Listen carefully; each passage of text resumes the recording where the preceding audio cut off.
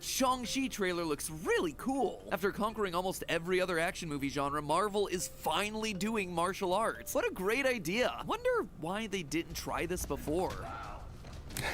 I mean, feels so obvious, right? Ninjas and stances and secret moves. I know, right?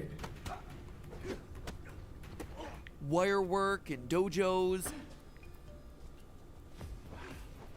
So weird that they have never once tried to do this before. Yep, very first time. Hope goes well for him.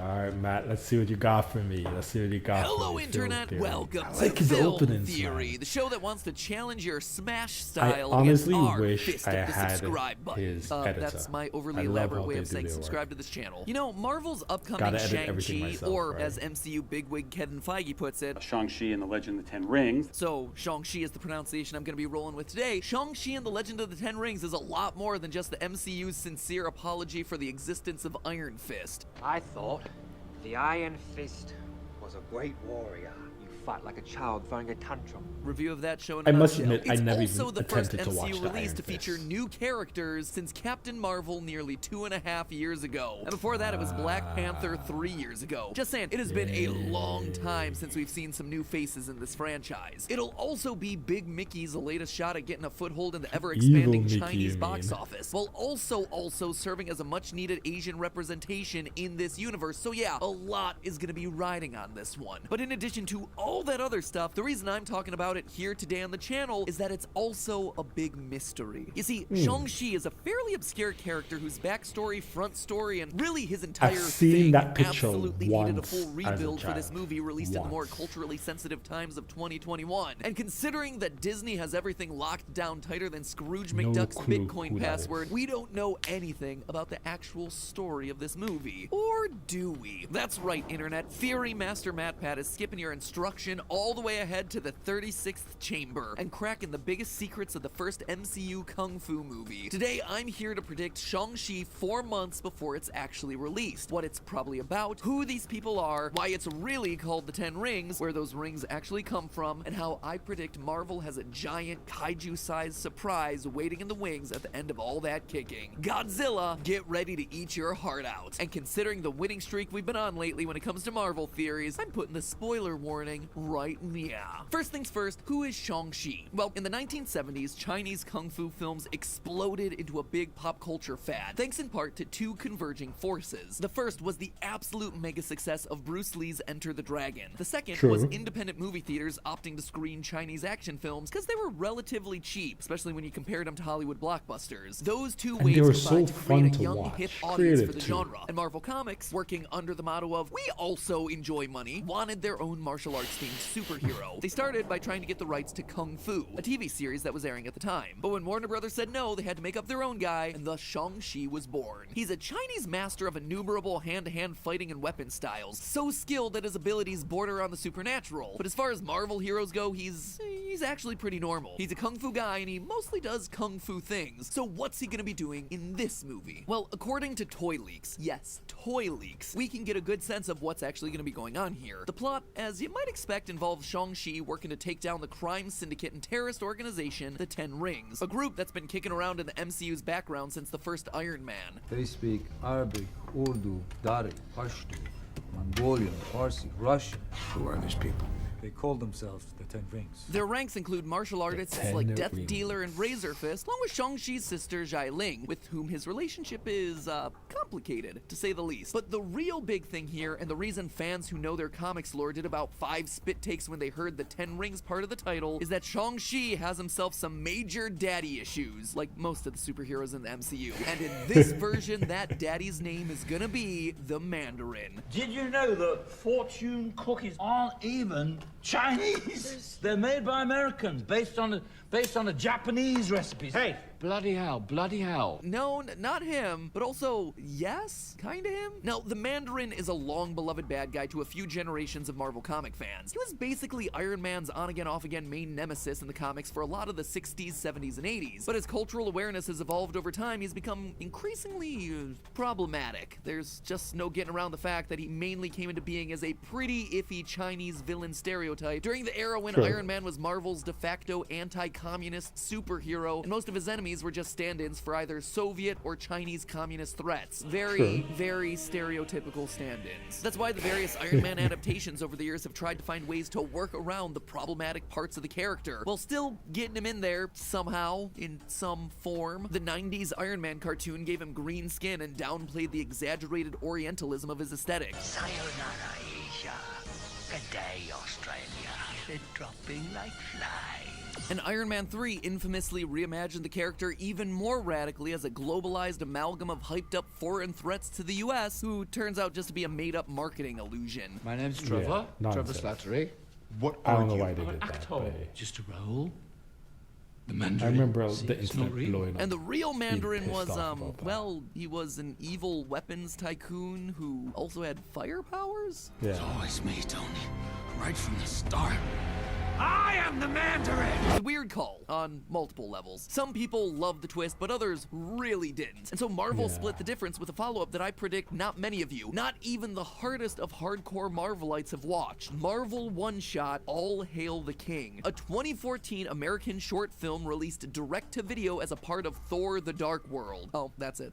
That's why no one saw this thing. Oh, it's the fan base. Kiss my Agro rings. is trash. The short film is indeed short. It's only 10 minutes, but it has some really awesome one-liners. You're not capable of pulling that trigger, Mr. Slattery. I'm an out-of-work actor, love. You've no idea what I'm capable of. And thanks to the CBS network, I'm pretty good with a handgun. As well as a special appearance from everyone's favorite arms dealer, Justin Hammer. Tony and I. Tony's cool. Both brothers in arms, you know. Literally, we were both arms dealers. But the big twist is that it ends with an ominous cliffhanger implying a real Mandarin actually has existed this entire time. But you took his name, and now he wants it back. No, sorry. I still don't get it. And after 7 long years, that Mandarin seems to finally be making his appearance in Shang-Chi. So let's talk about him and the connection back to this new movie. Remember how Marvel thought that they needed to license that Kung Fu show to sell a martial arts comic? Well, when they couldn't get that, they instead chose to license the publishing rights to a famous Chinese villain character. And then they wrote Shang-Chi's origin as that villain's rebellious good guy son. The character? The fiendish Dr. Fu Manchu. Not much better than the Mandarin. The recurring bad guy in a series of pulp adventure novels, and in the early part of the 20th century, one of the most popular villain characters in all of fiction. A super intelligent criminal mastermind who dabbled in the occult and mad science with designs of taking over the world. Just an absurd amount of the supervillain tropes that we now take for granted in terms of secret layers, evil plots, henchmen, booby traps, mad science labs, torture chambers. All of it either originate or were largely popularized by this one guy. He was also an absurdly gross anti-Asian stereotype, as you can obviously tell. Either way, Marvel lost the rights to actually mention that Fu Manchu was Shang-Chi's father well before they ever felt obligated to be less racist about their multiple evil Chinese science wizard characters. So now all of these events are coming together so that Wenwu, the true Mandarin, is filling the role of Shang-Chi's dad. So ultimately the plot of this thing is good guy Shang-Chi rebelling against evil crime lord Wenwu dad, which brings us then to the 10 rings themselves. Now, in the comics, the Mandarin has historically worn 10 rings of power that each grant a different super ability. Ice, fire, electricity, vortex, aka wind, white light, black light, which you never want to use in a motel room, psychic, impact beam, disintegration, and matter rearranger. Pretty much the Infinity Gauntlet again, but with some extra Captain Planety powers mixed in, cause, you know, now there's a whole other hand they have to fill up. But in the trailer for Shang-Chi, they don't appear to be rings, rather they appear to be metal bands worn around the villain's arms. And this is supported by the toy leaks, where we see Wenwu showing off the rings wrapped around each of his forearms. arms. Now, that is a pretty big change, but it's one that comes with a few logical explanations. Shang-Chi is a martial arts film grounded in the tradition of Chinese Kung Fu, and Iron Ring style is a thing in both the folklore and reality of Chinese martial arts. Southern Shaolin masters who practice rooted stances like horse style and the famous Hung Gar technique are known to use traditional training methods where heavy iron rings are worn on the arms for strength and muscle building, and to master the movement of physical force through the moving and stopping of limbs. You know Earthbenders like Toph in Avatar: The Last Airbender? Well, their wide, low-to-the-ground stances are very much tied to traditional Hung Gar technique, and Chinese Kung Fu movies have often depicted Southern Shaolin and Hung Gar-associated folk heroes using combat versions of the rings as actual weapons in battle, like in the film Kung Fu Hustle. So, okay, not a huge leap to imagine the 2021 live-action movie Mandarin's 10 Rings being adapted into something more like Hung Gar fighting rings, though it does raise the question, if they're on his arms and not his fingers, don't they stop being rings and become the 10 bracelets? And sure, a line like that could easily be a tension-breaking quip a Marvel character could drop in the middle of a fight, or, here's my big prediction for this one, friends, they're still rings, but they're not rings made for human fingers. What if they happen to be rings that were once worn by a giant magic dragon? Oh, here we go. MatPat's gone off the deep end again. But hear me out here, guys. What's something else the MCU hasn't gone and fully given us yet? A giant monster character. Sure, there have been a few giants here and there, the Frost Giants, most notably Surtur at the end of Thor Ragnarok, but overall, a shocking lack of big, oversized creatures for these godlike characters to fight. And while the other Marvel martial arts thing did a bunch of big talk about a dragon, they apparently couldn't afford to show it, ever. But Shang-Chi has both money and an excuse to have a giant dragon turn up. And not just because the only thing that you'll find more of in Chinese folklore than martial arts masters is dragons. You see, there's a dragonish candidate sitting in the Marvel Comics canon who's tangled with Shang-Chi before and would fit the bill perfectly. And his name is Fang Foom. You can't make that stuff up. Well,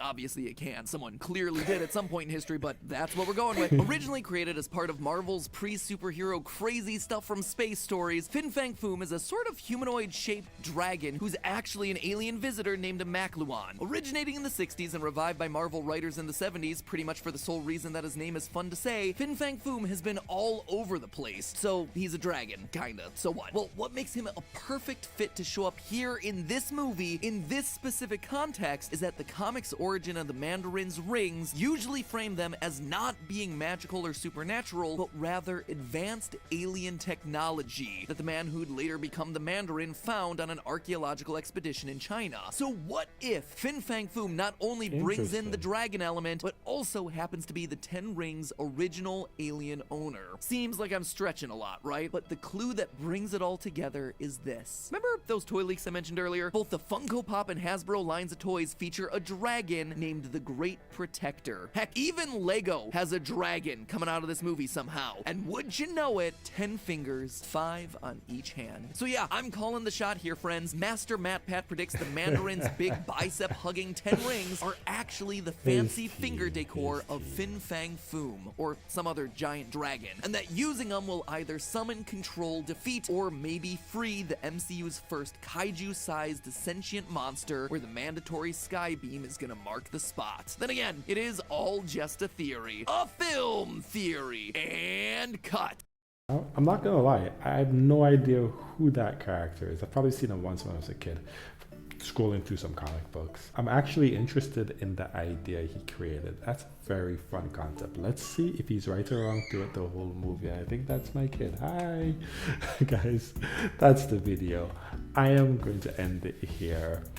Don't forget to subscribe, hit the notification bell for everything PLC 85. Don't forget, my friends, my name is Will. And where there's a will, there's a way. Stay gold, my friends, and thank you for watching.